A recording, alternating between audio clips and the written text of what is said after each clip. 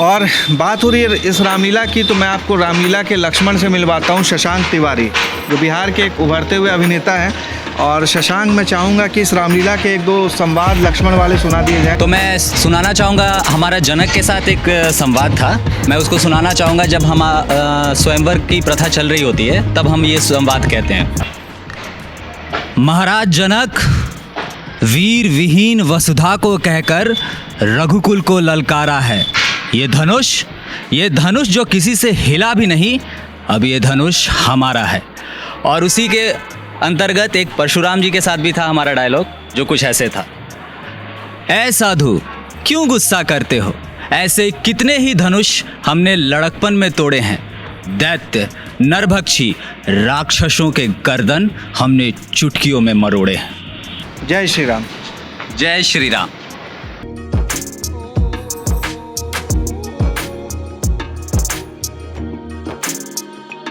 नमस्कार, मैं साक्षी शिवा और आप देख रहे हैं प्रभात खबर। अभी दुर्गा पूजा चल रहा है और दुर्गा पूजा में बहुत जगह पे रामलीला का आयोजन किया जाता है। और डॉक्टर सुभाष कृष्णा है, इन्होंने रामलीला नाटक लिखा है और इनसे हम इस वीडियो में बातचीत करेंगे और इस पुस्तक की खासियत जानेंगे।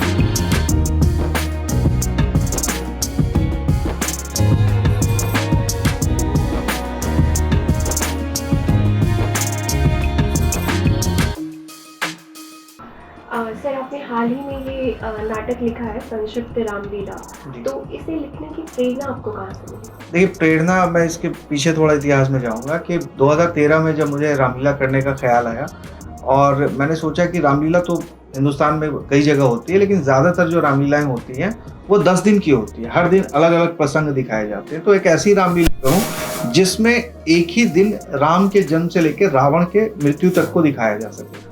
और जब मैंने मालूम किया अपने दोस्तों से, रंगकर्मियों से, तो कहीं कोई ऐसी स्क्रिप्ट मिली नहीं। तो फिर मेरे गुरु स्वर्गीय अजीत गांगुली ने कहा कि तुम तो इतना नाटक लिख चुके हो, बहुत सारे नाटकों का कहानियों का मैंने नाटक रूपांतरण तब तक कर लिया था।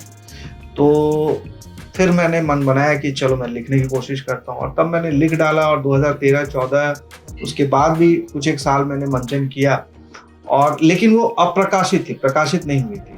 फिर इस साल एक पब्लिकेशन हाउस से मेरी बात हुई, वो लोगों ने कहा कि हम छापते हैं, और उन्होंने छाप के इसको ऑनलाइन उपलब्ध भी कर दिया अमेज़न पे।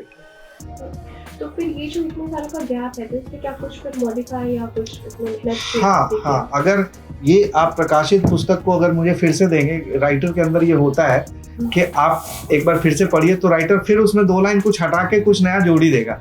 तो इन 10 सालों में बहुत कुछ जुड़ा हटा वो होता रहा। अच्छा, आप कह रहे थे कि ये हमारा कल्चर है, हमारा तो ये क्या कह रहे थे आप? जैसे रामलीला हमारा कल्चर है, तो कैसे कल्चर से जुड़ा है?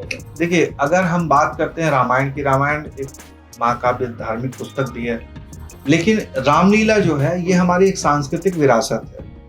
और अगर हम हिंदुस्तान की बात करें तो हिंदुस्तान में सालों से रामलीला सदियों से होता आया है, गाँव में, कस्बों में, और ये दुर्गा पूजा के समय होता रहा है। दुर्गा पूजा में जिस दिन कलश की स्थापना होती है उस दिन से लेकर के 9वीं तक, और 10वीं तिथि को बाद में उसमें ऐड हो गया रावण का पुतला दहन करने का सिस्टम। तो ये हमारी एक सांस्कृतिक विरासत है। उस वक्त जब मनोरंजन के इतने साधन नहीं थे और दुर्गा पूजा में गाँव में लोग इकट्ठा होते थे, कॉलेज से लोग या नौकरी कर रहे होते थे शहर में, वो आते थे, उन लोग के मनोरंजन का यही एक साधन होता था कि गांव में रामलीला होगी और हम लोग देखेंगे। बाद में शहर में भी दिल्ली की रामलीला सब जगह फेमस हुई, आज भी होती है, बड़े बड़े टीवी आर्टिस्ट उसमें काम करते हैं। लेकिन फिर इधर क्या हुआ, पलायन हुआ, लोग थोड़ा दूसरे सोशल मीडिया और बाकी चीज़ों में ऐड हो गया, और भी कई सारी दूसरी गतिविधियां आ गई, तो ऑर्केस्ट्रा वगैरह ऐड हो गया, तो लोग कहीं ना कहीं रामलीला से थोड़ा दूर होने लगे, रामलीलाएं होनी कम हो गई। अब सभी गाँव में आज के डेट में नहीं होता है। तो मेरा ये उद्देश्य है कि एक ऐसी रामलीला लिखी जाए जो कि मैंने लिखी है, जिसे स्कूल के बच्चे से लेकर कॉलेज के पढ़ने वाले युवक युवतियां कर सकें, गांव के लोग कर सकें, और लोग उसका आनंद उठाएं। और इसलिए इसकी भाषा जो है वो बहुत सरल रखी है। आप पढ़ना चाहें तो आराम से पढ़ लीजिएगा। लेकिन पहले जो रामलीलाएं होती थी वो दोहा जो उसका होता था अवधि में, वो पढ़ना एक आम हिंदी भाषी के लिए मुश्किल है। तो अगर कोई नाटक करना चाहता है, रामलीला करना चाहता है, तो वो इस किताब की हेल्प से कर सकता है? बहुत बिल्कुल कर सकता है। इस किताब में राम के जन्म से लेकर रावण की मृत्यु तक का सभी कलाकारों का लिस्ट है, सभी के संवाद हैं, सभी के छंद हैं, सभी के डायलॉग। यहाँ तक कि आप देखेंगे कि इस किताब में कहाँ लाइट ऑन होना है, देखिए आप देखेंगे कि लाइट फेड लिखा हुआ है ना, उसके बाद फिर लाइट ऑन लिखा हुआ है। इसका मतलब है कि हर पेज पे आप देखेंगे लाइट फेड और लाइट ऑन लिखा हुआ है। मतलब है कि उस संस्था को पता चल जाएगा डायरेक्टर को कि यहाँ लाइट ऑफ करना है और यहाँ लाइट ऑन करना है। तो इतनी सूक्ष्मता से सब कुछ इसमें मैंने वर्णन कर दिया है। मतलब बहुत ही बारीकी से सब कुछ लिखा हुआ है। जी हाँ, में जो होना चाहिए बिल्कुल वो सब कुछ है। अच्छा, आपने ये किताब लिखी है, फिर आपका आगे का फ्यूचर प्लान क्या है? अब कौन सी किताब लिखनी है, क्या करना है? देखिए फिलहाल तो अभी रामलीला लिखी है, लेकिन कुछ और भी दिमाग में है कि अब कुछ नॉवेल की तरफ काम करूं, बट अभी वो समय लगेगा। और एक और है कि इस रामलीला को अंग्रेजी में अनुवाद करूं, जो कि मैं तो नहीं करूंगा लेकिन करवाऊंगा जरूर, क्योंकि किसी अच्छे अंग्रेजी के किसी अच्छे साहित्यकार से मैं कोशिश करूंगा कि इसे अंग्रेजी, ताकि ये विदेशों में भी पॉपुलर हो।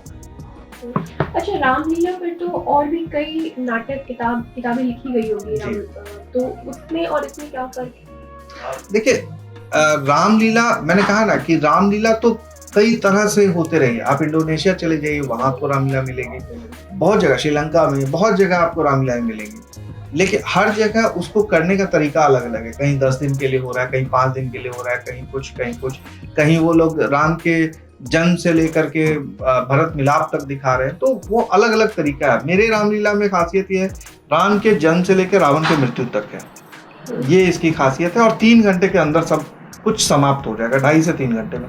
जस्ट लाइक ए फिल्म, आप जैसे फिल्म देखने जाते हैं वो 2.5 घंटे की होती है, वैसा ही।